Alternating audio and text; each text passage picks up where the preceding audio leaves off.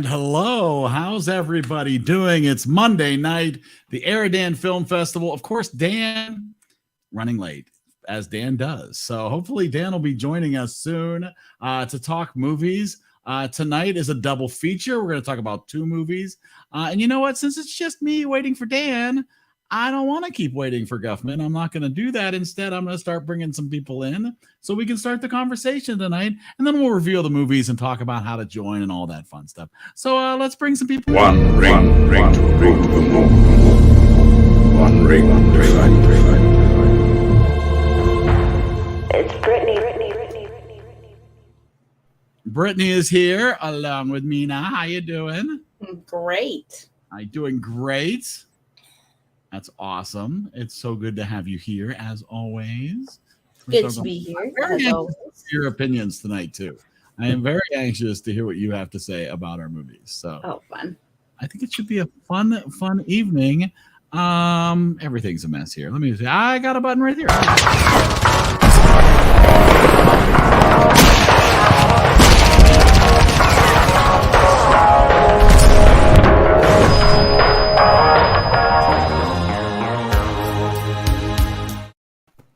Stacy and Wade, and apparently a host of others, and a lovely Harry Potter set up behind you. Yeah, I brought her home from work today. You just stealing things already? You had the job for like 2 weeks. I borrowed it. I'll take it back tomorrow. It's a library. and they just naturally have stand-up cutouts? It's a library. Yes. Oh. I haven't been to a library in quite some time. We're cool there. It's very cool. He was actually in the book drop. Library. He's been stationed in the book drop, and I said, I'm going to get him and take him home for the night. So that's awesome. Well, that's very cool. All right. Speaking of taking somebody home for the night.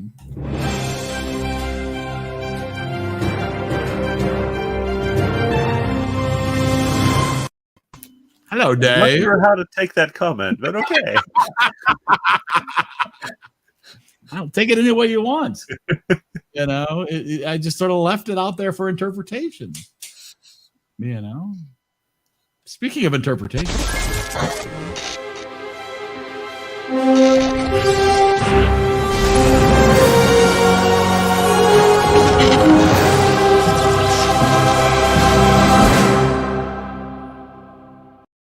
And there's Brian. Hey. Got a full little crew going on here. How you doing, Brian?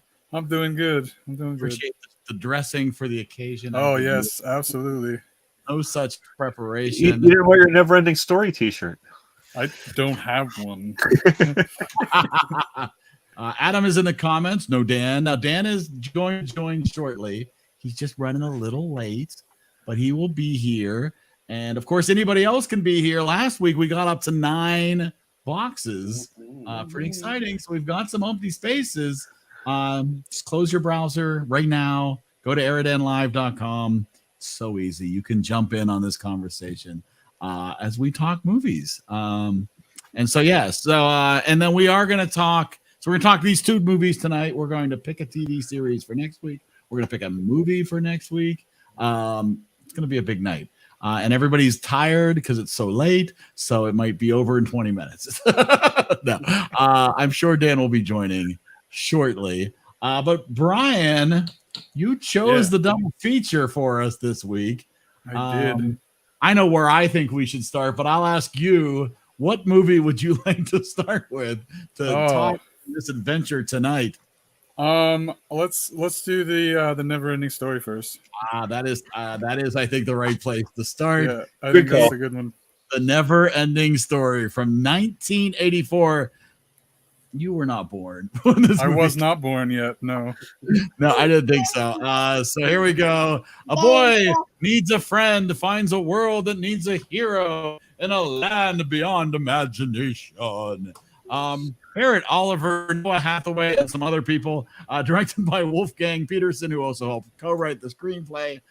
Budget of $27 million and a worldwide gross of $20 million. Something went wrong there. Rotten Tomatoes, lower 80s, which we're going to talk about that later. we're also going to talk about the similarity between these two posters. We're going to talk about that a little bit later. There's definitely, there's something going on there. So why, Brian? No, tell us why this movie? Why this, both of them? Just why this movie? What about this movie? Obviously, that you're like, hey, this movie came. I like movies where the main character's mother is dead. Yeah, that's what I'm going for. No, both of them. They I think they're similar in a lot of ways, actually. So I think they go together in a double feature. So I was trying to figure out what could go with Harry Potter other than like Harry Potter 2. Yeah. So what about this movie in particular grabbed your attention? Because this movie came out 16 years after you were born. What? No, not that. Before. 15 years before you were born is what I meant to. Yeah. So I watched it as a kid, and I don't know why, but it was like I just loved it. Like the idea of the imagination, well, I don't know if that ruins the ending, but like, fixing everything. I think any movie that's 38 years old, we can spoil the ending. Yeah. Well, and it's like when I was a kid, I read the book too. So and I just love reading, and like that character of Bastian, like being bullied and everything, and I was bullied when I was young. So yeah. I spent time in the dumpster. I know I did. We used to all take our turns bullying Brian. It's just that's right. Speaking of bullies,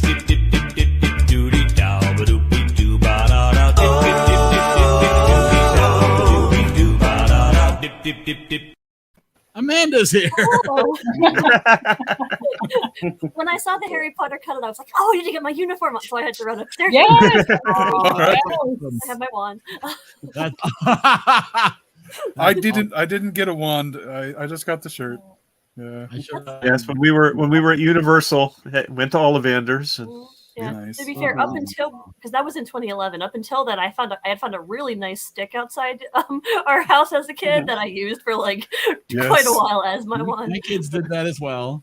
Very cool. I mean, my youngest son has a collection of probably 9 or 10 different wands but none of them are very official. Not from actually, but we can talk about that when we get to the next movie. Right. Was this anybody's first time? This was my first time. My first as well. Story. Oh wow, look at that. We've got a lot-ish. I had thought maybe I had gotten through it once before, but no, this was all new to me. Did you How did I see this before you guys? That's true. Taste? No, Brian made me watch it. Oh, Really, Adam? Wow. Well, isn't that interesting? Yeah. That is interesting. Honestly, this movie worked for me until the third act, and then everything sort of fell apart, and I became very disillusioned with. I thought the story was fine. I thought the story could have been made into a much better movie than this one was. Yes. Yeah. I was very disappointed with here's to give us a name. And it's like, really, that's it was very anticlimactic to me. If the name had been something that was like meaningful or had been like foreshadowed earlier, or if it had been like his mom's name, or if it had been something significant, that would have been fine. But the fact that it was just a random word that you could barely hear over the score, like I had no idea what the name was. You guys!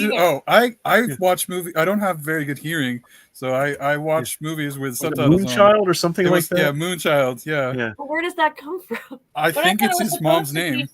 It comes from King Crimson song from their first album. I think so. But they should have mentioned that if she had a strange name like Moonchild. I'm lowering my score by 1.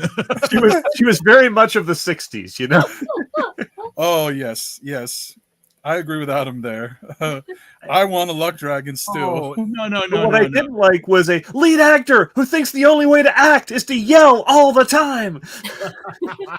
He was. I don't remember watching like all of this before when Brian had me watch it. So like watching it again, I was like, okay, like I remember, Brian had me watch this a couple years ago, and Richard had made a comment about how it was just going to make him think about there's a scene in Stranger Things where Dustin has to sing this song to, you know, Susie and whatever.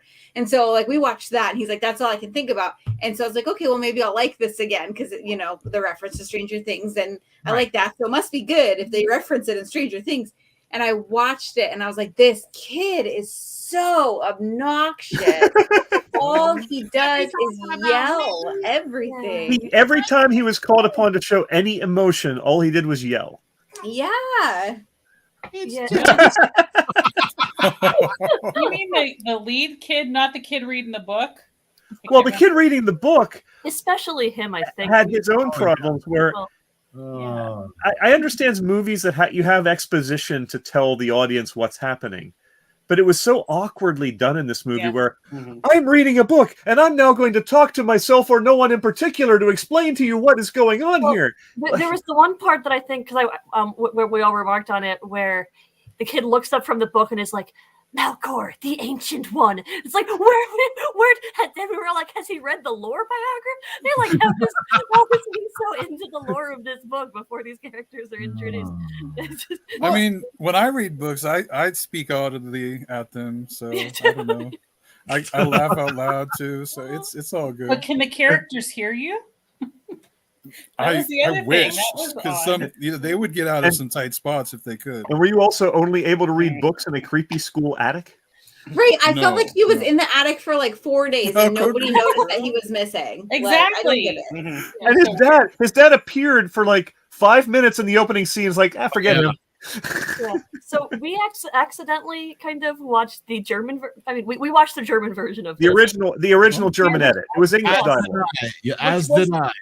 Yes, okay, which was not, and then there was a video that I had found on YouTube that did a side-by-side comparison of all the scene differences, and there was a scene that we saw where he's reading the book, and then suddenly, like, this guy comes upstairs into the attic to drop off some stuff, and, like, custodian or something, and, like, it's like this whole minute scene that was cut from the international version, and there's a few other, like, pacing things that I think would have made bits better if we had watched the international version, especially in the ending with all the screaming. Because I actually liked the conceit of the ending. Like I thought it was really cool. The like, this is the world of fantasy, and we had to make a really interesting story so that this kid would be drawn in to read this book, so that he would then come and save our world, and that also you, the audience, are also in the. Like I actually thought that was pretty cool. But I thought the way it was presented with the amount of like the kids, like, but I don't know how do it like.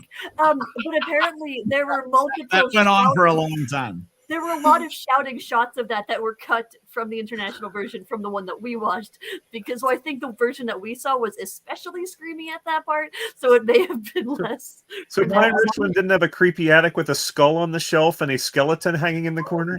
I knew we were going to talk about the skull. I don't know why, but I just knew it. Like, why is there a human skull in the attic of this middle school? The science office. Anatomy class, whatever.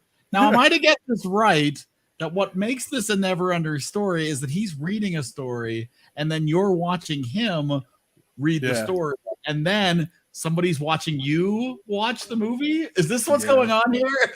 Is that what makes this never-ending? So basically, it's like, okay, Alexa's watching you. Just Bezos is watching Alexa, and then Alexa's going to suddenly shout out, and then you'll hear her scream, and she'll be like, "Oh, how did he hear me?" And toward the end, when she says, "Open your hand," I was watching this with Margaret and Amanda, and they both heard "Open your head." Yes, I heard that too. Okay, cool. They're like, "No, it was hand." They were like, "What? What's going on here?" I thought it was like expand your mind. They're like, "Be open-minded, kid," but no. Oh my gosh. Yeah, open your head. But one other thing about the original German version was the earworm song is not in it. Yes. No. What, the never-ending story? Yeah, that was added for the international version. Yeah. Wow, that's interesting. And the book author was so unhappy with this that he got his name taken out of the opening credits and sued them. Really? I never knew that. Yes. Oh my. It's kind of awesome. That makes me feel better. That makes you feel better. Yeah, because I would have watched that movie. Yes. The never-ending story, when I remember watching it, I didn't watch the whole thing. I kind of remember the beginning, and then I remember the end for sure. And I was, like I told you last week, that I was at a sleepover, and I was like 17 at Joa Gallagher's birthday party. And she had it playing. I swear it was all night long. And it felt never ending. And I just wanted to turn the TV off and go to sleep. I love you, Joa. And it was a long time ago. But the only part I remember is him flying on the dragon in the snow area. And I'm like, all I just thought is this whole movie like this. So I was really relieved that it wasn't. And I liked some of the story, but it didn't make any sense to me. Yeah.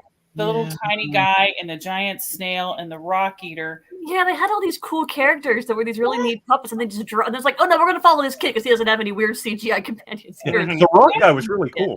And I thought, Yes, I love the rock. Well, what point did they have to this movie at all? None. They were just like interesting if it's a fantasy world and all the fantasy creatures are coming to see the Emperor. But I felt like a long segment for.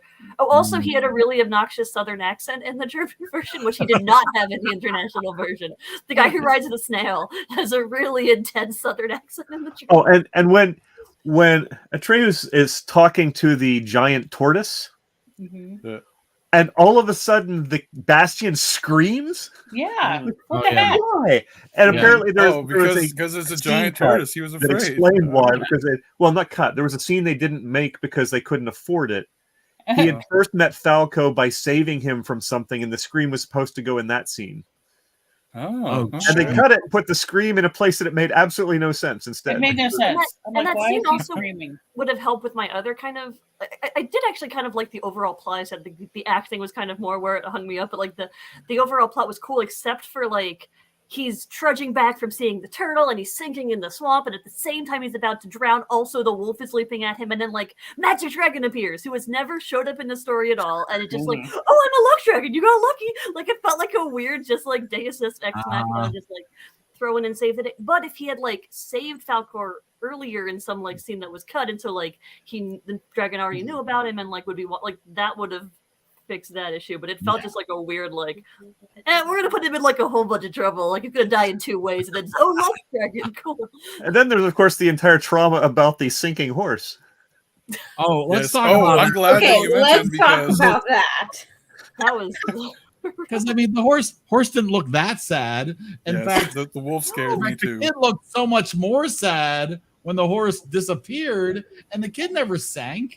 You would think while he was screaming and trying to like keep him from sinking, he would have been sinking too. Because he would have been sad that the horse was sinking. Yeah. But I mean, again, you can't. Like there are a lot of great ideas here. Richard also said the same thing about the wolf scene too. He said that he had nightmares about that when he was a kid. For sure. The editing was really bad, to be honest. At least in the version we watched, it may have been tightened up more in the international version, but it was really choppy. So Rebecca says, I appreciate the life lessons throughout the story, namely have confidence in yourself, never lose hope, etc.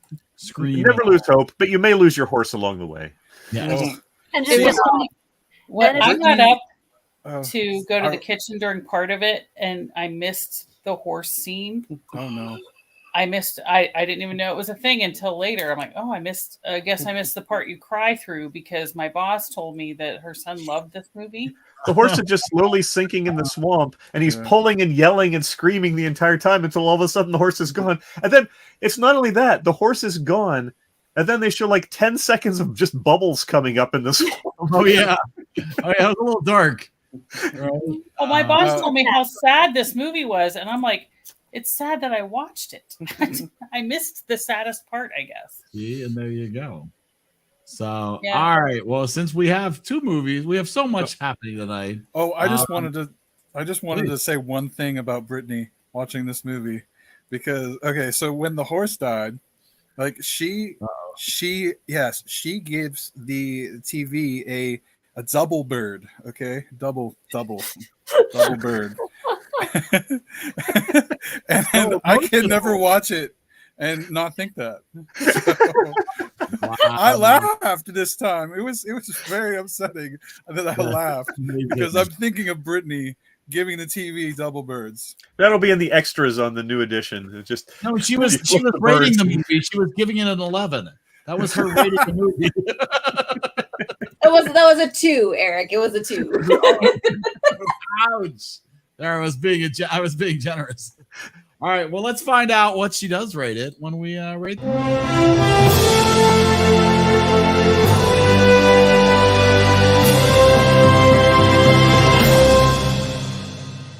All right, here we go.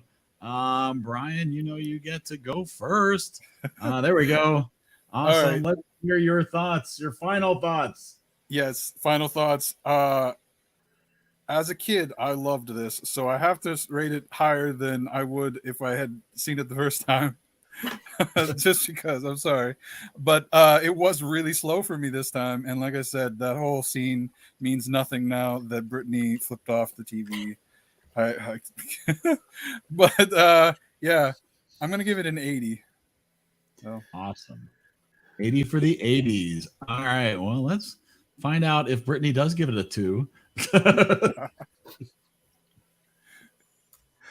So Richard's score, just because I have it, and before I forget, is a 75 for this movie. And I am gonna give it a 63 because the horse doesn't stay dead. Yeah, nothing. Apparently, you can always restart the book, I guess. Once you have wishes, yeah. It's a never-ending story. All right, Dave. All right. Things I liked. I liked the story. I liked some of the minor characters, like the rock dude. And there were some interesting lessons in here that are not lessons to be dismissed lightly. I agree with that. The editing was bad. The acting was not 100%, but of several of the major characters pretty bad, which made it hard to watch. And it just didn't hold together as a movie for me. Maybe if I were 12 or 8 or 5 or 2,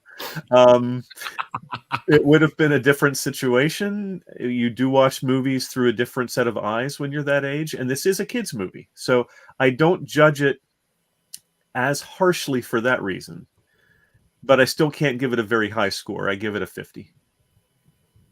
Wow. There you go. That might be one of your all-time lower scores. It's among my lower, but I've gone a lot lower than that. Oh, you have gone lower, but that's pretty good. All right, Amanda. Yeah, so as I said, I generally liked the overall story. I mean, the story throughout was like fine, but I actually did think the story within a story within a story kind of conceit was very cool, and the idea that, well, your story had to be super interesting or the kid never would have read the button engaged in the story, so I guess you had to go through all that stuff. I thought that was actually kind of a cool like narrative thing, and the puppets were very cool. Like I liked a lot of that sort of stuff. But there were also just some plot beats that were weird and didn't, like, as we mentioned, the cool guy with the racing snail never came back.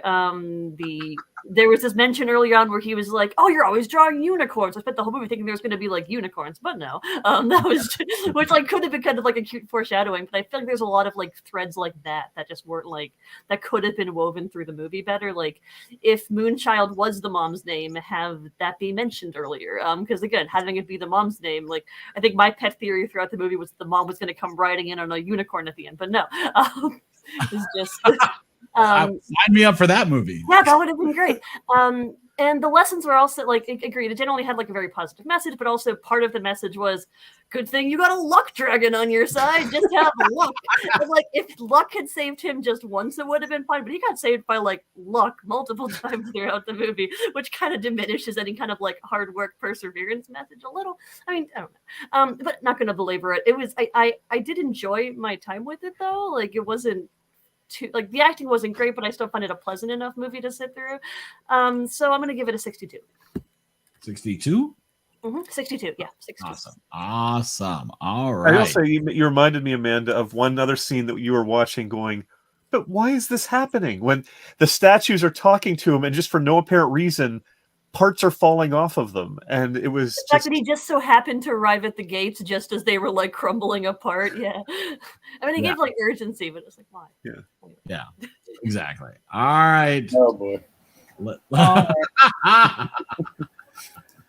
you want to go first? Yeah, I think I wished I watched the German version, but anyways.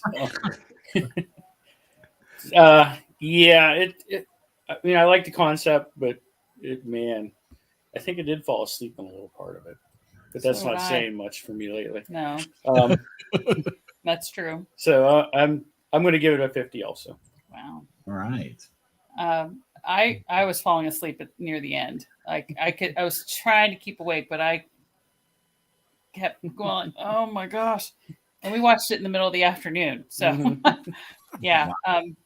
And not good memories, because sleepover memories when you're like tired in the middle of the night watching something that is never ending in its name. And it was an hour and 34 minutes. I'm like, oh my gosh, are you kidding me? That's all? I'm sorry, Brian. It's fine. I'm gonna say I'm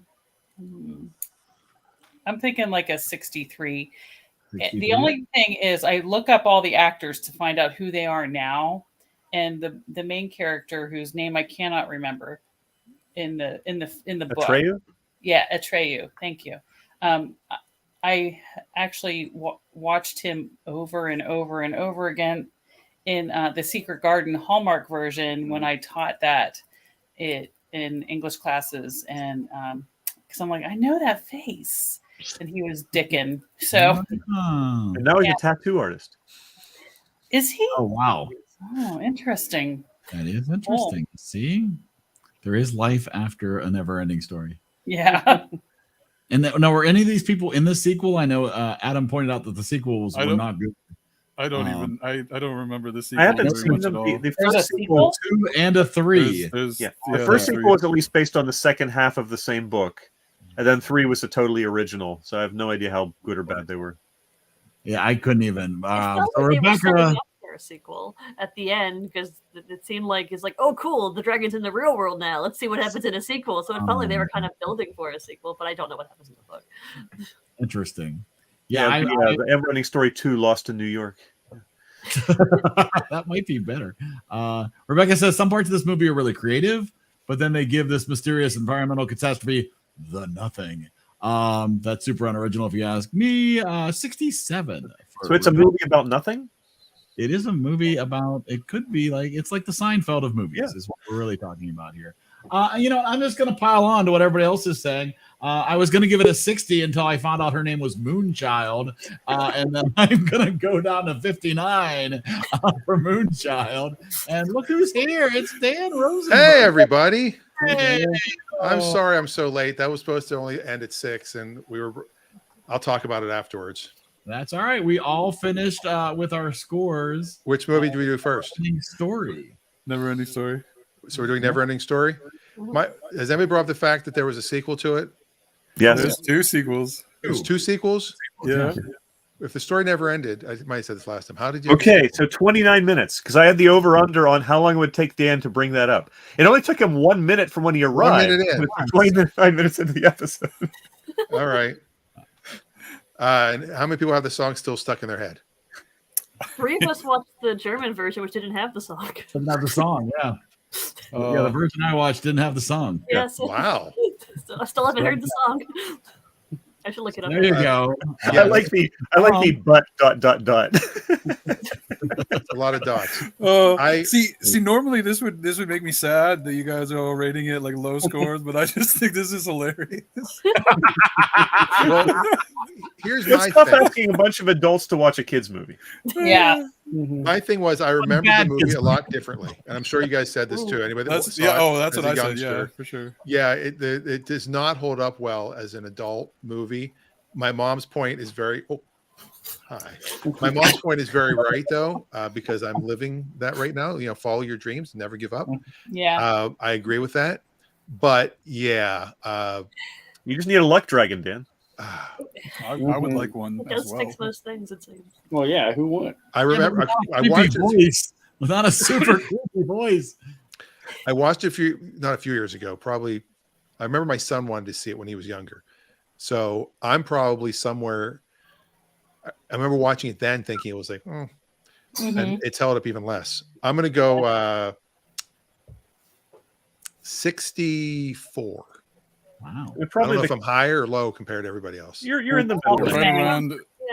It's average. Probably the closest analog to this is when we watch The Goonies, which, it's a beloved childhood movie for a lot of people. Hey, we got the same And if you're watching it for the first time as an adult, it doesn't really hold up well. Yeah. This might be the closest I've ever been to an Adam score. Right? On a movie Adam didn't love. Because on movies Adam's loved, I've probably been very close to his score. Yeah, Adam comes in with a 50, but he's one of 3 50s scored for this movie. So and Adam, by the way, I'm crying on loving so much. It's great. Adam, by the way, the lowest score was a 50, Brian. That's actually not bad. Yeah. yeah, That's better than the first one I did, and he gave it like a 20. So how about that? that's true. All right. Well, we're going to move on to the land of Hogwarts. We're going to talk about Harry Potter and the Sorcerer's Stone, or the Philosopher's Stone, depending on where you're located. From 2001. 2 slogans on this one: "Let the magic begin," or "Journey beyond your imagination," depending on which poster you look at. Starring Daniel Radcliffe, Rupert Grint, Emma Watson, and some other people, which we will talk about. Written by J.K. Rowling, of course. Directed by Chris Columbus. And 125 million. And one of the websites I said the worldwide gross was $1 billion. But the official site that I go to, $975 million. And interestingly enough, that's pretty similar Rotten Tomato ratings to our last movie. Rotten for Neverending Story, 83, 81. Rotten Tomato movies for Harry Potter, 81, 82. So I thought that was interesting. So Brian, what landed you towards Harry Potter? Was it the holiday season?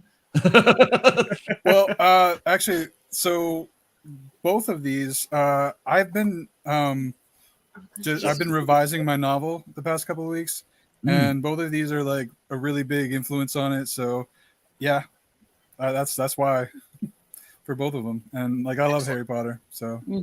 Well, that's awesome. Was this I know it was Dan's first time. It was my first time. Oh, Was wow. it yes. Was it anybody Have else? you read any of the books, Dan? Nope. Oh wow. Nope. So I'm curious. Well, the movie came out before I had kids, and then once I had kids, he wasn't interested in it, so we never got into it.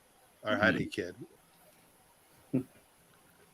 So Dan, what are your thoughts? Being the only first-time viewer of the Sorcerer's Stone. I understand why everybody loves it so much. I was not able to watch it in one sitting. I was kind of like, oh, I got other stuff to do, and I didn't fall asleep, but I was like, okay. I started watching. Okay, I got some other things to do, and I went back to it. And I went back to it. I felt a little bit of a Star Wars connection. Yeah. Okay. Because you got the dark side. Right. Oh, I thought Adam was fantastic in the versus movie. evil. That's how many movies. Adam, I agree. Adam's beard was in it. It wasn't Adam. It was just Adam's beard. Oh, shoot. You can see his IMDb page. No, go ahead. Yes. We're going to start calling him Albus. I mean, Or honestly, Hagrid. Rubius. Rubius, yes. I love this movie. I will say I love Harry Potter, but I love this movie. Right? There's just so much to this movie that brings you into this universe. Mm-hmm. And I do agree that some of the other movies are superior. That's awesome. I mean, seriously, you put sunglasses on him, you got the same guy. Except Yeah, oh my gosh, look at Adam's that. got short hair. That's the only difference. Yeah. Wow, and about a couple extra 100 pounds maybe. I thought it was just all under his hat. Yeah, Adam's a very svelte compared to this guy. Yes. So Adam does say that he felt this movie almost stopped him from watching the rest of the series. He doesn't like this movie at all, but the movies get better though. Oh, okay. Yes. Interesting. But I think that I find this movie completely enjoyable. I mean, yes, it's younger. Yes, the movies do get better in my opinion. But I feel, of a movie that was clearly going to be the first series, it does a tremendous tremendously good job inviting you into this universe, explaining things, but not being like, oh my gosh, so much you're setting up so that I understand what's happening, right? Like it does feel like it could have been its own movie. It does feel like a standalone movie. I agree. Yeah. Right. And I think the visuals are just very strong throughout the whole movie. I think all of the all the setting of Hogwarts is just a very evocative, and the special effects are all pretty well done. The visuals of Hogwarts are just very. There were some scenes, like some of the Quidditch scenes, where people are getting whipped around on brooms and on riding on the troll, where it was really somewhat obvious CGI, but they were overall very good. You're like walking into this great hall with candles. You have all the I don't know. It's just. And if you watch this right after the Never-Ending Story, which we did, you could totally excuse the CGI. It was fantastic compared to. Now look at these. Look at these two comments, though. Look how similar they are. So here's Brittany. Yeah. And then here's Adam. Kids acting ruined the movie. Adam, they're British. See, yeah. I mean, it's a young Weird Al Yankovic, for crying out loud. Think if they had cast Russell Brand as Snape, think of that. When we went to the movies to see something, and we left the kids at home, and they had a trailer for this movie, and I was just like, "Are you kidding me?" And John Williams, first of all, is the music. Yeah, the score is amazing. Right, and so that you've got that in the big screen, and you're like, that's another Star Wars connection. Yeah. So I was very excited to see this because I had read the book. I got it really early on, got the book, and was very excited to see this. So I enjoy this movie a lot. It's aged well for me, but I'm like, okay, I'm getting old. But I love them when they're little. I love these kids. I love watching them grow through the series. I mostly did, but man, Hermione was more annoying than I remember her being. Yeah, I didn't remember that either. But she and Ron right away, he was like, gosh, this woman. Yeah, I love it so much. It's so cute. And going, so good. The whole series starting at the beginning again, after the whole series, you're like, oh, I can see what's happening here. But that's okay. And like Amanda was saying, how evocative the Hogwarts is. Oh my gosh. And the pumpkins floating. They hit every season. It seemed like they had Halloween, they had Christmas. I love stuff like that. I love movies that have that stuff in it. And I was so excited that they were showing how to play Quidditch, because reading the books, I remember reading the game and I'm like, what the heck are they talking about? I don't understand this game at all. And then they put it together and I'm like, that's the easiest game I've ever seen in my life. How stupid is this? When Harry's supposed to be watching the snitch and he's just standing up there watching the match. Watching the play. Exactly. I'm like, really? Reacts to every shot. Manages to get the snitch because it flies right beside his face and stops. He goes, neener. Yeah. And for some reason he stands on the broom rather than going up by like a few inches. So logical. I was thinking that when I was watching. Well, he had to surf. He had to surf. Yeah, it looked dramatic, but and the fact that there are apparently no rules at all about like having backups or like, oh, you guys lost your keeper because the other team just like punched him out. Cool. Yeah. Free. It's like Australian rules football. Yeah. Which I guess is no wonder why the Slytherin coach is like teaching them to play that way. It's because that's apparently totally fine with the rules. So like, go for it. It does seem it's an incredibly violent school to send your kids. It really is. Just in general, preparing them for a violent world. Well, and at the end of the day, if you're not up for this, you're not going to make it. So it's fine. But I mean, the waiver you must have to sign. My goodness. Your lawyer better be a wizard. Well, they've got the best healers and potions people in the world there, so it's true. There's that too. Yeah, they'll heal them up.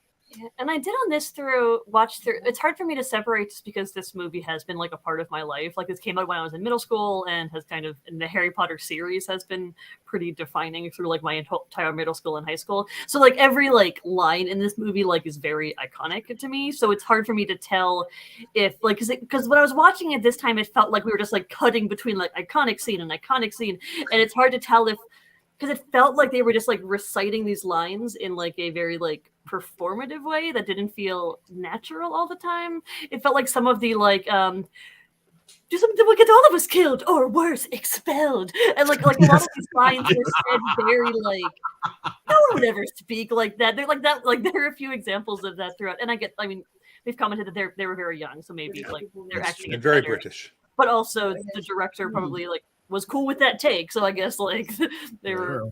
That was what well. Actually, they had what, like 4 hours a day, I think, that they could be with, because they're kid actors. So Reagan was just saying that it is the British accent. She worked all summer with like a bunch of British people, and that's just how they talk. That everything is. Well, that was Rowling. She insisted on it being all British actors. Right. Absolutely. And I agree with her. I think that they made it. Yeah, there's no way that you could have. We love British TV and British stuff. So it's fun to go, wait, who's that lady? Oh, she was in that other show we watched like 20 years ago. And I realized that McGonagall always wore green, but still wearing green to the Gryffindor Slytherin match really felt like a flipping off her own team there, you know? I didn't even think of that. That'd be like wearing black and gold into Cleveland, you know, just happened to be the colors I pulled out. It's fine. I always wear black and gold. I just like the colors. It continues to be weird that like pretty much every door in Hogwarts uses normal locks that can be opened with Alohomora. When like pretty much every child seems to know its spell that can open again locks. security isn't their top priority. I mean, like the private section of the library that is apparently blocked by one little slide lock you just pull over and walk in. Yeah, that wasn't even locked. It was just like a gate. Like it was. No. But there's a sign. But you have to be invisible. Oh, nobody reads the signs, especially in the library. Wait, But people having said read that, in the library? You could guys tell mentioned that the the director. author. You could tell that the author had a lot of clout in making this movie. Yeah. Because yes, there are some stilted deliveries of lines because the kids were not yet very advanced in their craft and all of that. But it was a very faithful adaptation. They clearly had the spirit of the books in it through and through. And which is great for a movie that was going to continue on through so many series, right? And go through a variety of directors, right? That this wasn't like one director's vision. So I think, having somebody who is sort of overseeing it to make sure it doesn't take, I'm thinking of the last 3 Star Wars movies, to take really stupid turns, I think was ideal. And somebody didn't come up and just sort of muck the whole thing up. Right. But I wanted to mention Chris Columbus, right? Because Chris Columbus was the director of this. Chris Columbus, obviously, world renowned for kids movies, right? Like that is the guy, right? Adventures in Babysitting, Home Alone 2, Mrs. Doubtfire, 9 Months, Stepmom, the first 2 Harry Potter movies, the Percy Jackson movies. That's your guy, right? If you were doing a movie at this point in time and you need to do a movie with young kids, you get Chris Columbus, right? So, I mean, there are times where it feels a little Home Alone-ish, but that's the guy. I just, and apparently is working on Gremlins 3 right now as an executive producer. It's interesting that Rowling was so insistent on British actors in all the roles, but it was an American director. Yeah. Yeah, that is weird. But I did feel, I mentioned this to Amanda the other night, and it didn't really hurt the movie for me. It just struck me is I thought Hogwarts was magnificently done in this. The scenes inside and outside, the way they made it look, it was the book. It was incredible. I felt like Diagon Alley when they first went in it looked like a theme park. Yes. The way it was arranged, it didn't mean it was bad. It just was not to the level of some of the other things they did in the movie. It felt a little. Well, that's because you've been to the theme park. Now you're like, I went to the theme park before they built Diagon Alley in the theme park. So. No, I did think that it was really like tight and it was kind of weird, but they must have changed the set because I don't think in the other ones that it looks the same. Yeah, I think it looks better in some of the later films. Yeah, for sure. Yeah, a lot of things are different in the later films. Hagrid's house is in the middle of this empty hillside later on in another movie, and right now he's up against the woods. So Mhm. I don't know. Well, it's still even in some of the later ones. It's like not right up against the woods, but like Well, they cut some of it down. That's all. That's right, exactly. You know, it's still like even like the third one was a break. like, You know, close. something's Well, and gotta- they did a very good job with Hagrid in so many ways. I felt that Oh, he was portrayed as not dumb, but just naive. And that's the nuance you have to have with Hagrid, because Hagrid's not stupid. Hagrid just doesn't really fit in. He's just always a fish out of water. He and reminded me always of a little bit awkward. He reminded me of Sergeant Schultz on Hocus Heroes a little bit. Like, he was smart. He's like, oh, I shouldn't have said that. Yeah. Potter. I'm going to throw up out of the comedy because Dumbledore does some unethical things as the headmaster to blatantly help Harry, which Yes. gets us back to that whole It's not a tweak to the point at the end that all the parents of Slytherin are definitely writing notes to be like, what? I pay my tuition too. Why are you giving this to Gryffindor? Exactly. Yeah. I also thought they do a very good job throughout it weaving the like plot of this specific movie, like all the Quirrell intrigue and the Sorcerer Stone stuff, in with the world building of Hogwarts. I think it helps that the plot is being like introduced over like a year, and they have these like, well, now it's Halloween and now it's Christmas and now you see them doing finals, so you know that a year is progressing. Yeah. But they do this like really good interweaving of, oh, we see Snape arguing with Quirrell in the hallway, but then we skip to a scene that doesn't have anything to do with that, and it kind of like builds this sense of like them trying to piece together this plot, and like, oh, they think it's Snape, and I think it helps the plot not like feel very natural in with the world building. I think this is only my second time seeing this movie, because I read the books I didn't read them as they came out. I probably started reading after the third book was out or so, about that time. And I then read them as they came out for the rest. And when the seventh book came out, I wanted to review. But to save time, I think this will be the second time for this one. I rewatched the first movies up to the point where they'd made the movies, and then reread the books from that point forward. So this is probably the third time I've seen this. Yeah, I think it holds up. It really does. I enjoy it. It has its flaws. In some ways, it's the least of the movies, but that's because I really think so much comes back to you had ultimately what would become good actors who were not yet really grown into the trade yet. I mean, I'm not sure how much, Radcliffe and Gunton. I'm not sure how many of them had done, how much acting they had done yet, but they were still clearly learning the craft. And there's an excellent HBO special. We talked about this when it first came out, but the HBO special, where they're looking back on this, the making of this. That was really I good. see that. I haven't seen that yet. This one does feel more like a kid's movie than the rest do. That's true. So partly from the director, partly from the young actors. I think the Dumbledore in this one. Well, Richard Harris is a much better Dumbledore. Yeah, this one and the second one. Yeah. Like that's the real Dumbledore. I was like, he's the nice, warm grandpa that you just want him to, I wish he had lived long enough to be in more of the movies, because Richard Harris is perfect for that role. He was really bummed. Yeah. All right. Let's find out. Let's do some ratings, because we got other stuff to do. So, Brian. I love it. It's wonderful. I'm gonna give it a 92. Nice. Well, that's easy. There you go, Dave. It's an excellent movie. I'm trying to rate it on its own and not as setting up 7 other movies and all of the baggage that goes with that. So as it is, it holds up very well, but does have enough flaws that it isn't quite as high as Brian for me. It's an 88. All right. Whoa. Which end do we start at? Whoa, they're expanding. It's magic. She took off her invisibility cloak. They're in the right. Yep. They're going into the writer-verse. Go ahead. Yeah. I'll go first. I want to say this one's a 90. So I didn't read the books. Reading is not what I like to do. That's why. There's nothing against it. I'm not interested.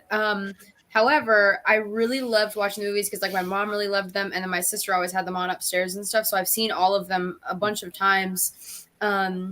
And I really love this one because it sets up the whole world. I know zero because I didn't read the books. I don't know any of the characters, like any of that stuff. But watching that movie, you understand what it's about. You know what I mean? And so that's what I really liked about it. And then especially like we're talking about how the CGI and everything like that. Like I really like watching through all of the movies and seeing how the graphics and like even the the way that the directors told the story each movie, how the making of the movie kind of matured along with the actors and the characters, which I think is really, really cool. And so I like seeing it from this beginning part because it's like really fun. And it's like, oh, hey, this is what happens at the school. And then there's dark parts and there's fun parts. And even some parts that are kind of dark, like the troll thing, are actually kind of fun because of the graphics and stuff. So it just like keeps it like not super scary, but just like very fun to me and like fantasy and just all that stuff, which I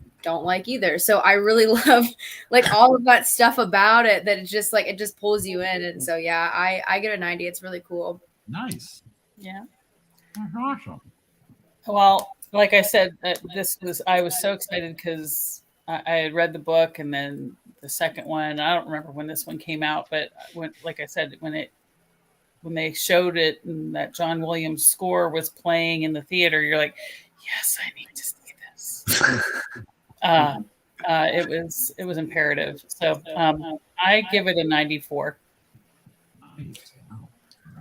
So I like it. I would say it's a classic because it kind of sets up all the other Harry Potter movies, character development, everything. And it did a really good job and stayed pretty close with the book. Mm-hmm. And actually, helped you visualize all those things you were trying to imagine in the book. So I gave it a 95. Oh, wow, nice. All righty. You guys are never returning that stand-up. I'm gonna go.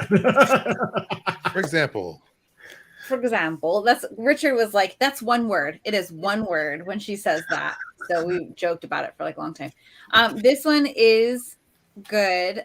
Not my favorite of the Harry Potter movies. But again, they're all, new, they're little.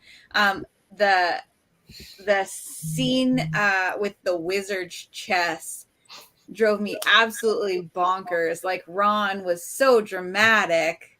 Like, first of all, it was the horse that got stabbed, and he flies off of it, and then he lays there all unconscious, like he just, fell 50 feet when he fell like 5. Like he's fine.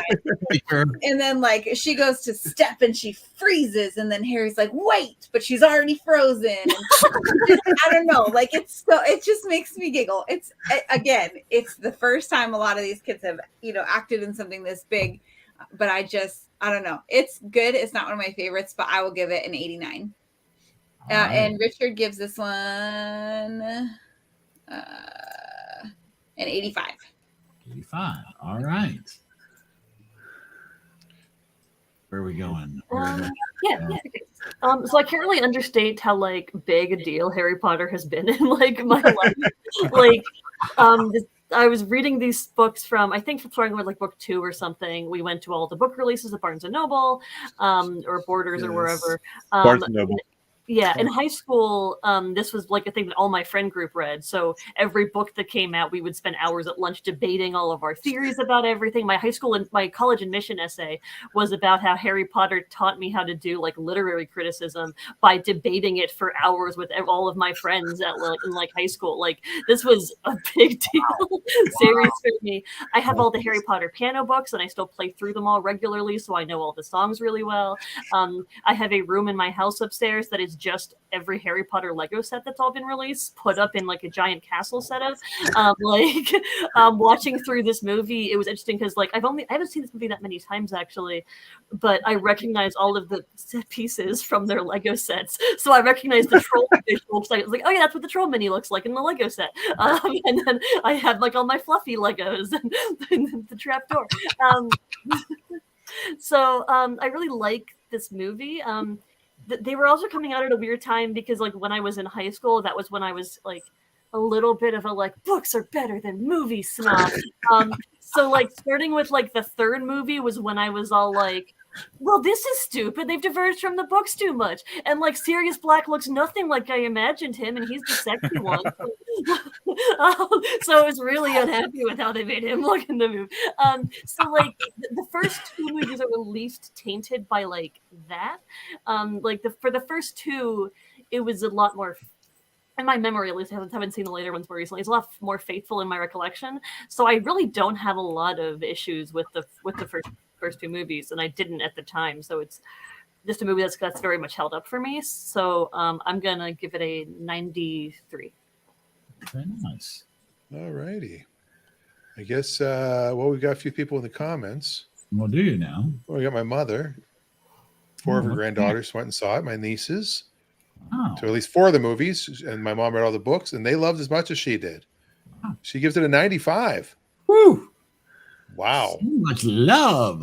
Like I said, I'd never seen it, and I understand what all the hype's about. I think I have to watch the rest of them now. Yeah. I'm not sure. Yeah. Maybe I'm excited about that. Maybe through here. Maybe Just other keep people. choosing them in order. Choose them out of order now. If The you peer look at pressure. Adam's So what are comment, you you choosing for realize the you next have to watch movie? them all. Yeah, that's true. It's true. And Adam said if you go back and think about Snape from the first movie, you go, ah. Oh. So that means you got to watch all of them to get there. And today, by the way, is October 3rd is the anniversary date of the release of Somewhere in Time. So, in honor of that, Wow. and that was that 1980? I don't know. Look at the penny in your pocket. Don't look. Don't look. Where'd he go?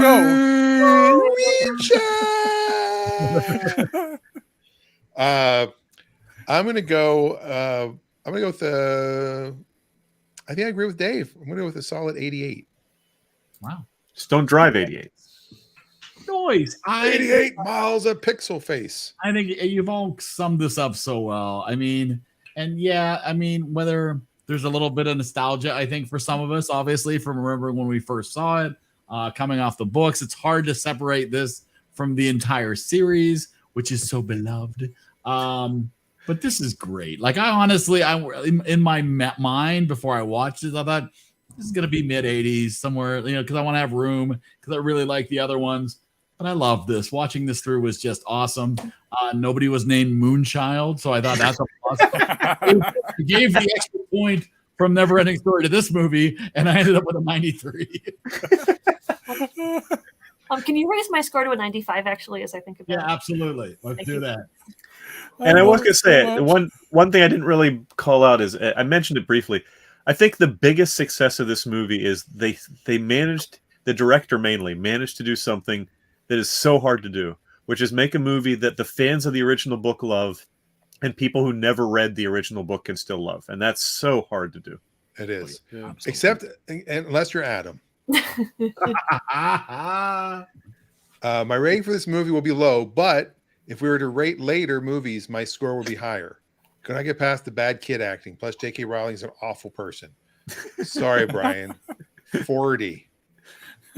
But does the person like make the later missteps? But yeah, worse. Like I don't know. I know. I've had the conversation about Woody Allen, about Bill Cosby. It's like my first album I ever listened to was Bill Cosby, the comedy. I still love The Usual Suspects despite Kevin Spacey. And House of Cards. Yeah, great Netflix series, and Kevin Spacey's fantastic in it.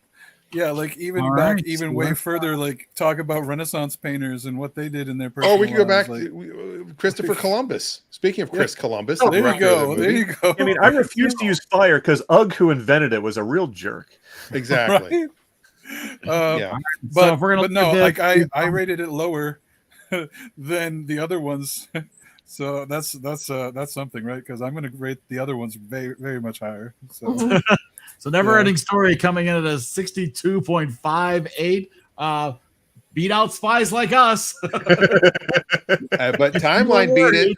Listen, Timeline is good, so I like that. I don't know if I agree that Sgt. Pepper rated higher than the Neverending Story.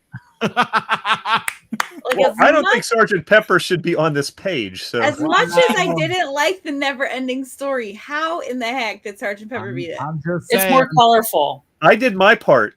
Your part. All right, but Harry Potter and the Sorcerer's Stone tying with Rain Man. Oh, Nice. First column. Nice. One. So how about that? Column Very nice. 1. Absolutely. So there you Pushed go. Arthur Christmas out of the first column. That's the numbers for this week. So now, will somebody pick Harry Potter? Having fun, Dan? Who knows? Yeah, you know. Oh, my face hurts from smiling so much. You got to work on that. All right, let's go.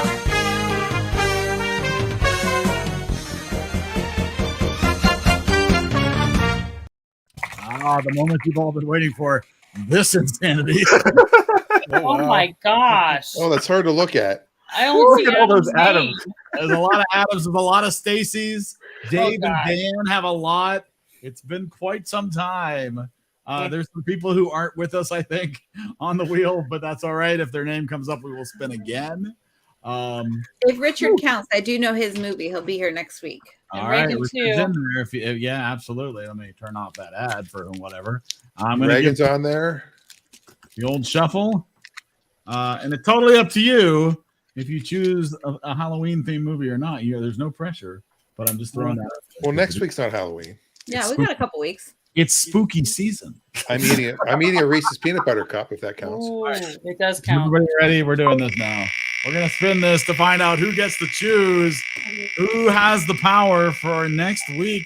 October 10th is going to go to Stacy. My, there it is. She's so excited. You can tell she's already got it on the tip of her tongue. If she doesn't, can I share a funny story real quick? Yeah, go ahead. So in the sitcom, which I'm going to talk about a lot in the next 3 months, 40 years. so the band name, my dad's name is Max, and the band name is Gravenhurst, which is the neighborhood I grew up in. And Rafi, who plays Tony, I say, or the Eric character says, just look up Gravenhurst. And he says, Gryffindor. So when I heard Gryffindor in the movie, I chuckled every single time because it had a totally different context to me. I knew it was from this. I at first I thought he said Gravendor instead of Gravenhurst because he says Madonna or chair instead of Madonna or chair. So that's all. Gryffindor. Well, there you go. Just want to share that. This Gryffindor. anecdote was brought to you in part by Gryffindor? Stacey. They had 24 spaces on the wheel. For the record. Did I have the most? Has it been 24 weeks since you picked a movie? You were up there. Dan has quite a few. Dave has quite a few. I know that too. Is that how it works, Dan? One for every week that I'm on? Yeah, or we keep adding another one every week. You don't get picked. Or you don't get to Doesn't choose feel- the movie. You get an extra spot on the wheel. So I feel like Stacey just picked the movie though. now she's picked a double feature, but she hasn't gotten to pick a single week movie in 20 or something like that. I don't know. It's like Gryffindor. You just get names added when Eric feels like, two names for Gryffindor. I do my best to keep up, but I think I got a pretty good system. Anybody else wants to do it, they can. All right. So, Casey, do you need time? I can't even think of anything. Reagan gave me a suggestion, but I'm like, How did you raise a daughter who doesn't like to read? I don't know, Dave. It's really weird. She's out of the three of them, she's the only one who voices her opinion on reading. The other two say they read. Emma does read and works in a library, but Reagan Back of cereal boxes. I read back cereal boxes. I did too. Can't help it. But I don't know what's wrong with her. And I told them at the library, they said we saw your mom worked at the Chippewa Library and we decided we wanted you. And I said, she doesn't read. And they said, it's okay. And she's an organizer, so she was perfect. So it didn't matter. So the movie that she suggested, since it is Mean Girls Day, we'll watch it for next week. And I'll pick that in honor of my non-reader. Wow. There it is. All right, let's find out where you can find Mean Girls. I think it's on Netflix right now. Oh, good. You are incorrect. It is on Paramount Plus right now. Or Amazon Prime. Is it on Prime? Is it on Prime? It's not coming up here. No, it's on Amazon, not Amazon Prime. It says Amazon Prime Video premium subscription. Where I'm looking. Oh, through Paramount Plus. Look at that. They've tied into Paramount Plus. Yeah, they're tied in there. There's the fine print there. So this is 2004. $3. No biggie. Lindsay Lohan. Tina. I just recently. Hold I on. will say that when it came out, Wade, we got the video, and he was going to let Reagan watch this. I said, "Do not let her watch this movie. She is 5. No, she will be a mean girl. No, she can't watch this movie." You know what happened? Well, so if you want a Lindsay Lohan double feature, I know you do, and Herbie? you mentioned Netflix coming to Netflix November 10th, only for Christmas. Oh, I thought you were going to go with Herbie Fully Loaded. She is looking I was so thinking Freaky rough, Friday. dude. What, Debbie Gibson wasn't available? I like This looks his incredibly original. name is not only isn't in fine print. He's not even worth mentioning. No, he's just a hunky guy. No, Debbie Gibson was not available because I'm sure you know, Dan. I know. Where Debbie Gibson's going to be on Jimmy Fallon tomorrow night for an epic 80s themed show. So set your DVRs now. I'm sure she'll be singing songs from Winterlicious. It's an 80s show, Eric. I'm just saying. That 80s show. Her there is makes it 80s enough. So yes, Mean Girls next week. How about that? Prepare thyself for the mean of the girls. Okay, so I'm gonna jump to this button so we can talk about what TV show we will want to watch at the end of the month.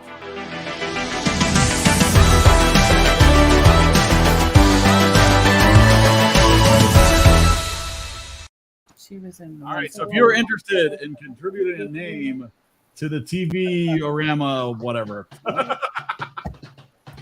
speak now if you want to be included on the wheel. All right, Brian says yes. Dave, I know you're Amanda in. says yes. Dave says yes. Amanda, Wheel. anybody in the comments? Anybody? Come on, Wade, pick Columbo. Okay. No. So, I have the Japanese Blu-ray set of Wade said he'll Columbo. be on there. I have the Japanese Blu-ray box of Columbo that was only ever released in Japan and can only be bought through import. So I'm a huge Columbo fan. But Oh, I am I too. love Columbo. On the writer's call I was just on, we were talking about Columbo and how in real life, every one of his cases would get thrown out in court. Do you want on there? Sure. Put Wade on there. Wade's on there. Oh, All he's right. gonna pick Columbo. I wouldn't mind that.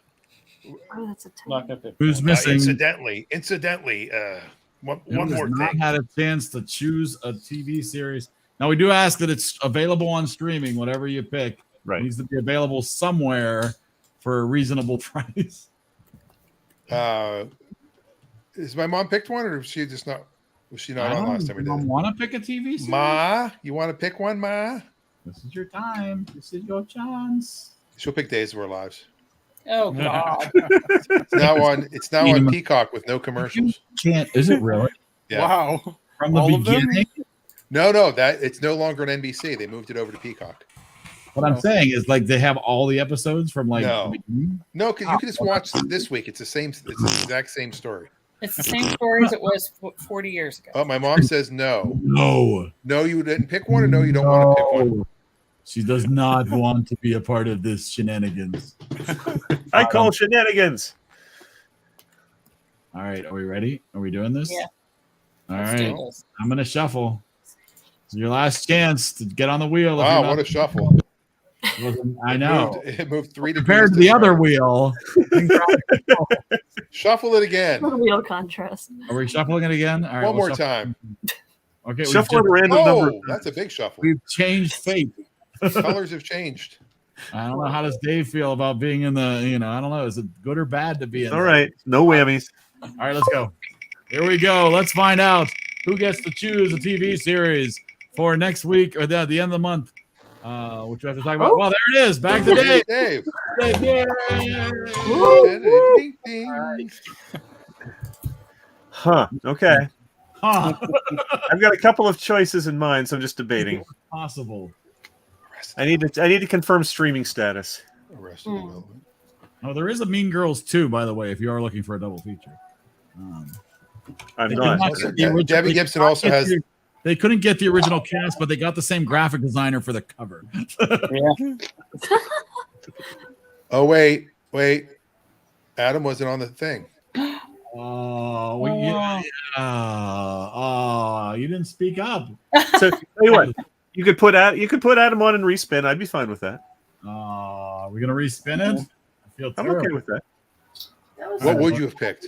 Oh man, I was actually debating going pretty far off reservation and picking Sherlock.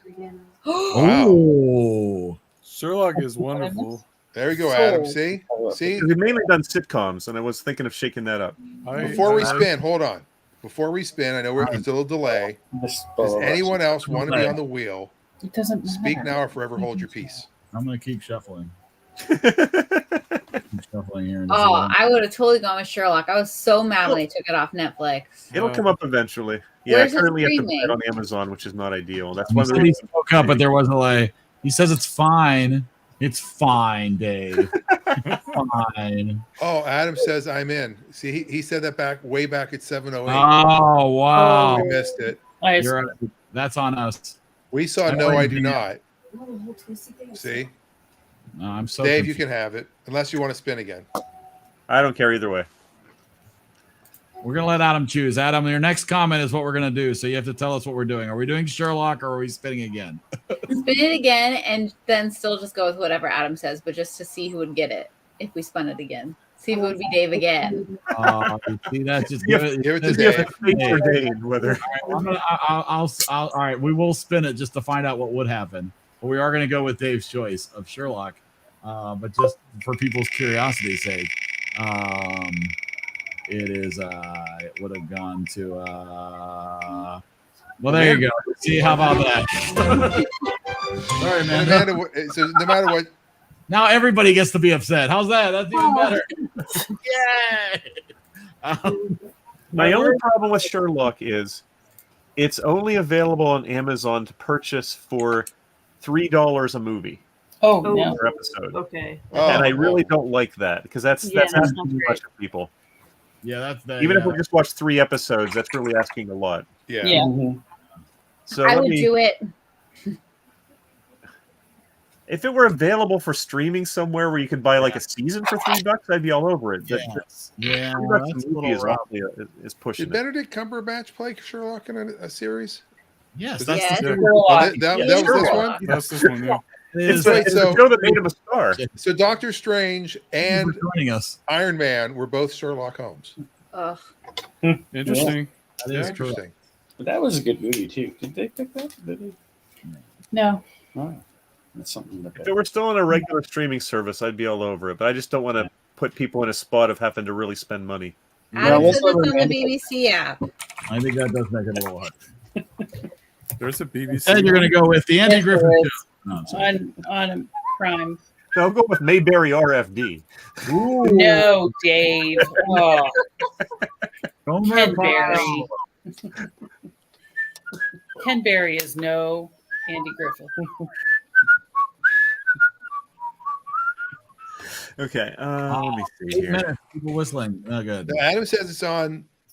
At least it's not. Oh, is it on? Okay, never mind. It's on the BBC app. He said, "Is it on BBC app?" Is it on BBC app? He says, Not he not was- that Just Watch is showing.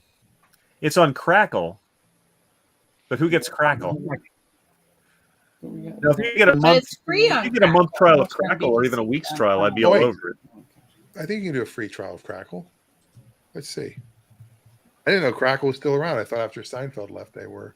No, it's still a thing. The wall will cover your tracks. Taking a look now. Sherlock. Watch episode 1. I'm on the Crackle, and it looks like it's starting for me. If you've been injured in an accident, Yeah, it's got commercials. That's okay if it has commercials. Yeah, Ads. that's fine. Yeah. All right. All right. All right, cool. Nice. So I will confirm that there's multiple, that all of the episodes are up here, or at least enough to make it worthwhile. Yeah, it has all 4 seasons. So okay, I will I will come up with a list of at least 3 because they're longer than most. So I don't want to put people in a position of having to put a They're ton of so time into good, it. though. I will watch all of them. Well, I will probably the last season was less than. I agree. The last season was a little okay, lesser. that's fair. But they're still, even with only 3 episodes a season, the first 3 seasons are just killer. Mm-hmm. Yeah, they are. They're serious. Well, Crackle's got a lot of original programming. Oh, So I'll post that sometime in the next few days in the chat. All right, that's awesome. And if you're not in the chat and you want to be, throw a note in the comments and we'll get you in there somehow. Because we do have a Facebook page that you can be part of. And I'll put it this way: if you wanted to get started, I am definitely going to have season 1, episode 1 as one of the episodes. Just You to got to get start the first episode. Yeah, you got to start. So feel free to watch that if you're up for it. Yeah. All right. Absolutely. Shall we move on? Sure.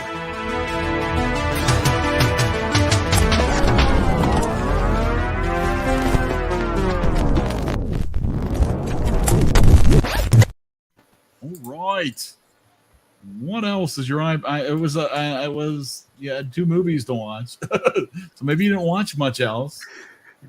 I tried to watch the first episode of Dancing with the Stars on Disney Plus, and it was awful. I've been watching Quantum Leap. It's been pretty good. The new Quantum Leap? I've recorded the first 2 episodes, but I haven't watched them yet. Oh, I didn't know that was started already. Yeah. What is it on? Hulu or NBC. NBC. It's like on regular TV. Oh, And I don't Peacock. have regular TV. Real broadcast TV. Yeah, and it's on Peacock. Okay. It's on NBC on Monday nights, and it's on Peacock on Tuesdays. Yep, there's the 3rd episode's recording right now. Oh, exciting. I have something to watch tomorrow. Also, SNL, the new season of SNL came out, and I actually thought it was a half decent episode. It was okay given how many changes there were, but there were some bad sketches. Ooh. What sort The of opening sketch I thought was really funny. How But I they think made that's fun a of themselves. linchpin for Saturday Night Live to have. There's got to be some. There's never an episode where every sketch is gold. There's never. Kenan Thompson as Herschel Walker was good. Yeah. That I enjoyed. And the Mitch McConnell was good. The new Munsters was god awful, says Adam. Oh my! I didn't know there was such a thing. All right, There's so I went also to a apparently movie. a Chucky. Here one time. This will never happen again. I hope. Went to the movie on Friday night and saw Smile, my first horror movie in like 27 years, and it was awful. You weren't smiling? I was when it was over. It was very relieved when it was over. I mean, it is jump scare city, and not a lot of earned jump scares, if you know what I'm saying, where they're just literally putting a screen that has nothing to do with what you're watching just in front of you to make you jump. Like so, it's like it's not good. One of the people I went with was a big horror fan. She loved it, but the rest of us were like, "Good for you." Nah. Not my thing. Yeah, the last horror movie I saw that I liked was Get Out. Yeah, I haven't seen any in probably 30 years. Oh, wow. Yeah, That beats me. I haven't seen him in a while, though. I do not like them. I rarely watch them, but Get Out was worth watching. It was different. It was not your. Yeah. There were no jump scares. There were no. It was. The horrors were more human and less, gory. I watched Get Out, but I read the Wikipedia plot summary first, so I wouldn't be too stressed out.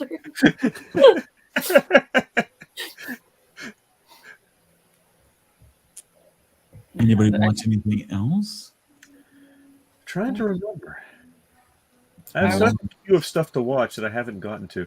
Resident Alien finally finished the second half of its season, but I was queuing them all up to watch at once, so I could watch them at once. I didn't want to be beholden to the broadcast, but I haven't watched any of them yet. So it's just there.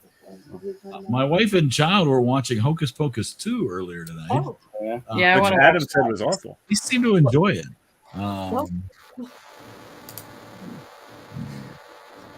Right, exactly. Agreed. That's where I feel about roller coasters. That's where I'm at with both of those things. Yeah.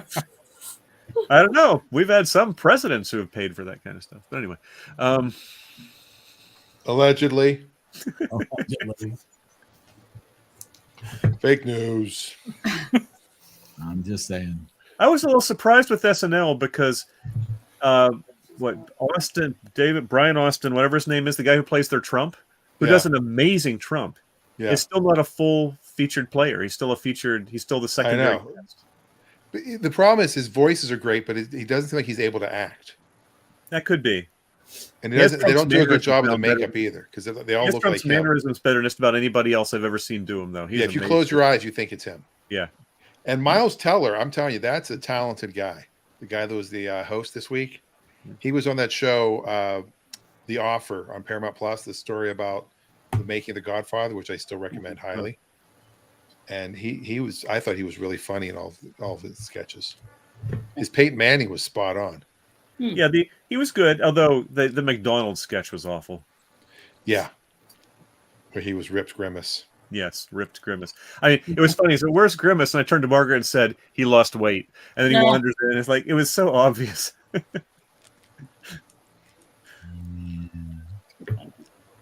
There's always a couple of groaners, even in the best episodes. Yeah. I think that, Adam, you're right. But I think because it's season 48.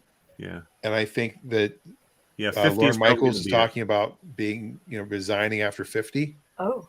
That doesn't mean the show will go away. It just means they may start with a brand new everything. I mean, Keith Thompson's still good. Heidi Gardner is still good. They have a few good people still in the cast. Yeah. And the Weekend Update's still good. Oh, yeah. Joseph and Jay are fun. Honestly, that's my go-to. Yeah. Even if I'm not going to watch any other part of it, I will watch Weekend Update. And I would agree. That's the most consistent part of the show. And the Five Timers Club, whenever they do that, that's always funny. Which is why the Daily Show is And a sure sign that I am getting old, not that I need more of them, I have plenty of them, is you see the upcoming host list and you go, who? Yeah. Who? Mm-hmm. Who? Yes. That's how you learn. That's how you keep up with the kids.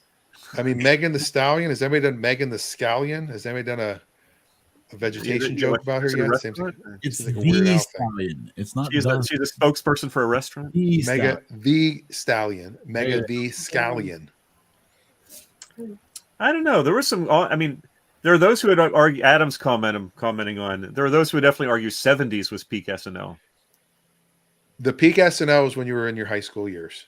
Yeah, I largely agree. true. Yep. That's almost true for everybody. One of the funniest things about this week's was when the host showed the footage of him playing Sherry O'Terry as the Spartan cheerleader.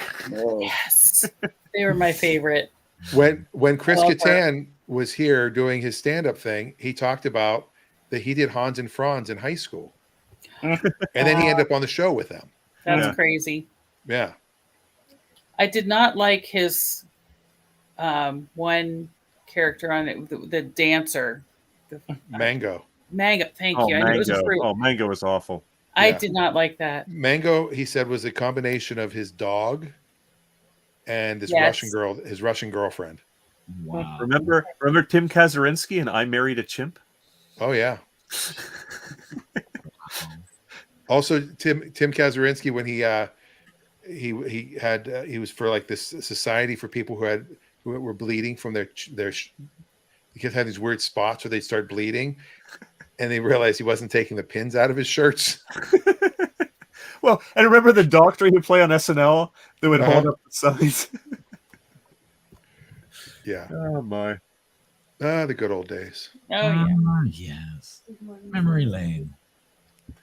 Reagan says they should bring Steve Martin back. Well, Steve Martin's hot right now. Yeah. They're the same. I used to do a trivia question where I said, which of the following were never members of SNL?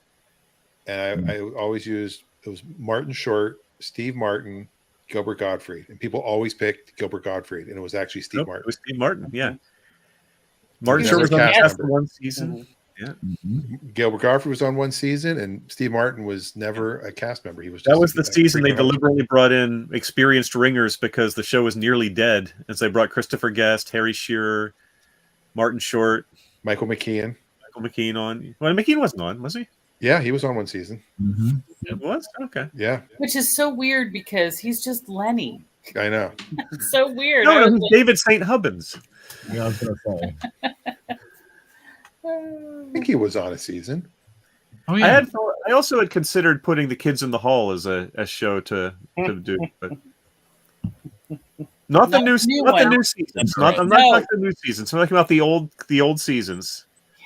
The new season, I thought, oh, I'll watch this because they're funny guys. Holy nakedness. And I was like, okay. And luckily, Reagan had just walked out of the room and I went, oh my God. And she's, am I glad I left? I'm like, yes. Oh my God. I give them credit though, because you see a lot more female nakedness on TV and in streaming than you do male. So it's nice of them to try to equalize things a little bit. Shut up, Dave. Michael McKean joined the cast in 84 to 85. At the age of 46, he was the oldest person ever to join the SNL cast. That's right. Time. Billy Crystal was also on that Ringer cast. That's right. Yeah. But he was younger. And he later was surpassed by Leslie Jones, who joined in 2014 at the age of 47. Leslie Jones is the oldest, and Kenan Thompson is the longest continuous cast member. Wow. Yeah. Wow. Yeah. SNL should not die. It should be reinvented. Yes. I think Lorne Michaels has done. I don't know. Sometimes reinventions are so bad, though. Well, they need somebody that's still like part of it, but you can't start from scratch. But there has to be some. They can't just get rid of the entire cast like they did when Lorne Michaels left the first time. When Dick Ebersol took over, yeah. The only good thing you got out of that whole cast was Eddie Murphy. Yeah, which was a pretty impressive thing to get out of it. But yeah, well, Joe Piscopo was there too, right? Yeah, it wasn't bad. Julia Louis-Dreyfus. Yeah. Although I love Julia Louis-Dreyfus. She's done an amazing work, but she really wasn't that great on SNL. She did a few good characters. Her Marie Osmond was pretty good. I mean, Seinfeld and Veep are, she's proved her worth. Yeah, she's going to be okay.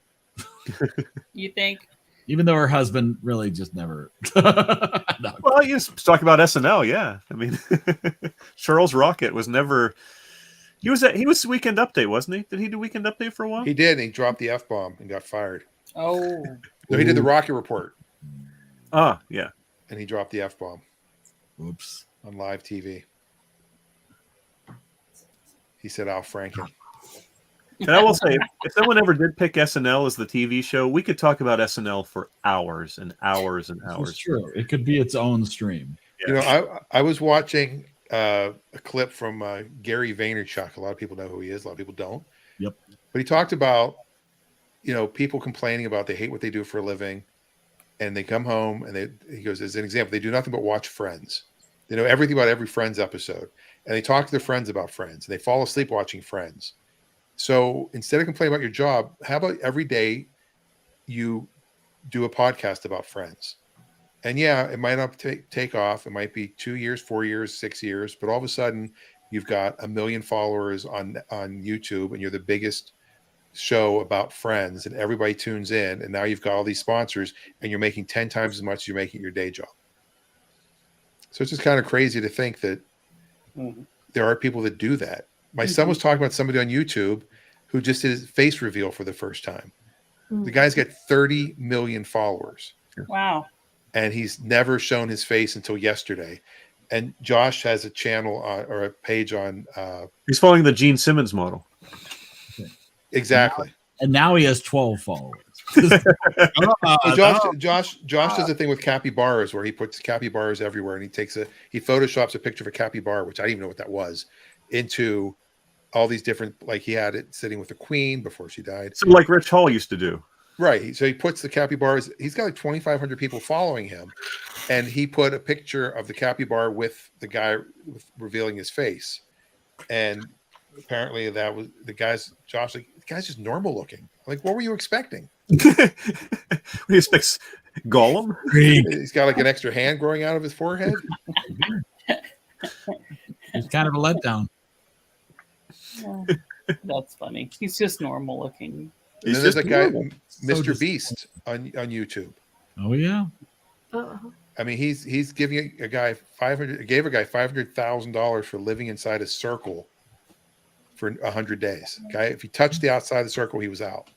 They put a house in there for him. They gave him enough food, but he was all alone for 100 days. The guy did it and got his $100,000 or $500,000. I think I could be alone. I do that. I can do that. Give me my. I do that for $500,000 real quick.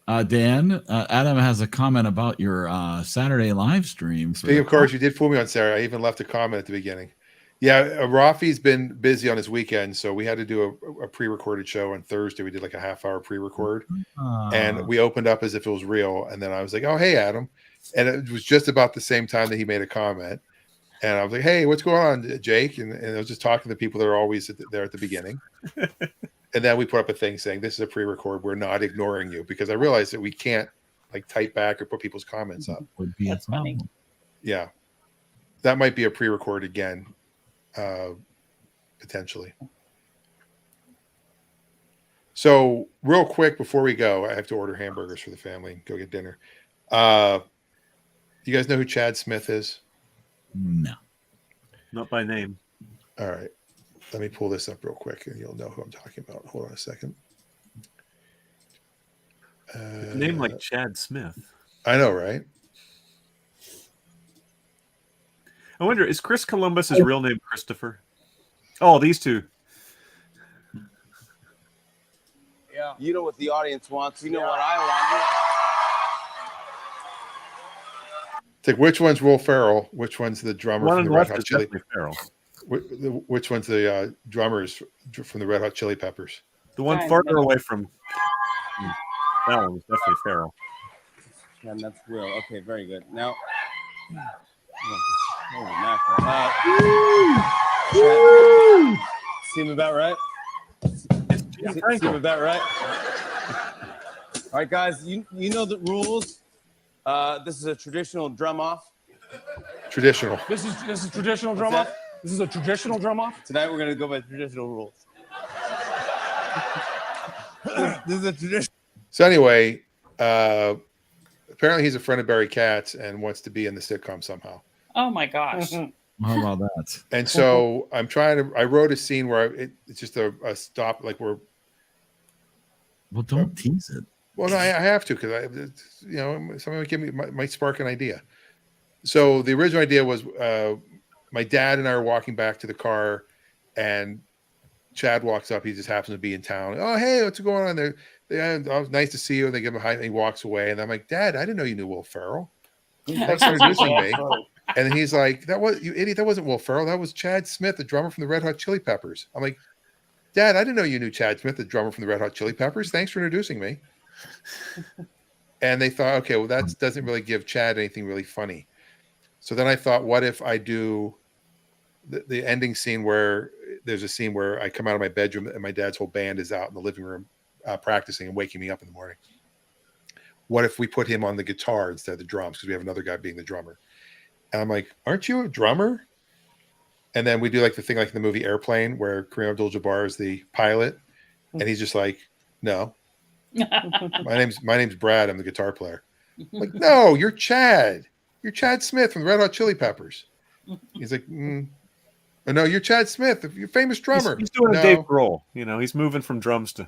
Yeah, I'm like, no, and he's like, I go, Red Hot Chili Peppers. Oh, I can't eat those. I get really bad acid reflux. Like Californication. He goes, oh, that was my favorite David Duchovny show, other than the X-Files. I'm like, oh, give it away now. Well, I charge for this. I don't give anything away. Flea? Where? Yeah. You were great in Back to the Future. That was Flea. Aha! Like I'm trying to figure out a way to make it funny. That's all. And that's why my other call lasted way longer, because we ended up talking about that instead of stand-up. So I'm trying to figure out how to make this Hobnobbing with the Hollywood elite. Yeah. Hobbin and Nobbin. Oh, well. Yep. Oh, well. Mean Girls, huh? Mean Girls. Lindsay Lohan. Mean Girls. Yep. Tina Fey. Oh It yeah. turned into a musical. It's a double feature of Mean Girls and Harry Potter and the Chamber of Secrets, right? I would have loved that. That's all right. We will get to Harry Potter too. I promise that. Whoa. That is a good one. I do like that one. All right. Well, thank you, everybody. It's so good to see you all. Yeah. And it's back to 8 o'clock next week, correct? 5 o'clock next week. 5 o'clock. All right. 8 o'clock. somewhere in there. We will see you Monday. Have a great week. Monday.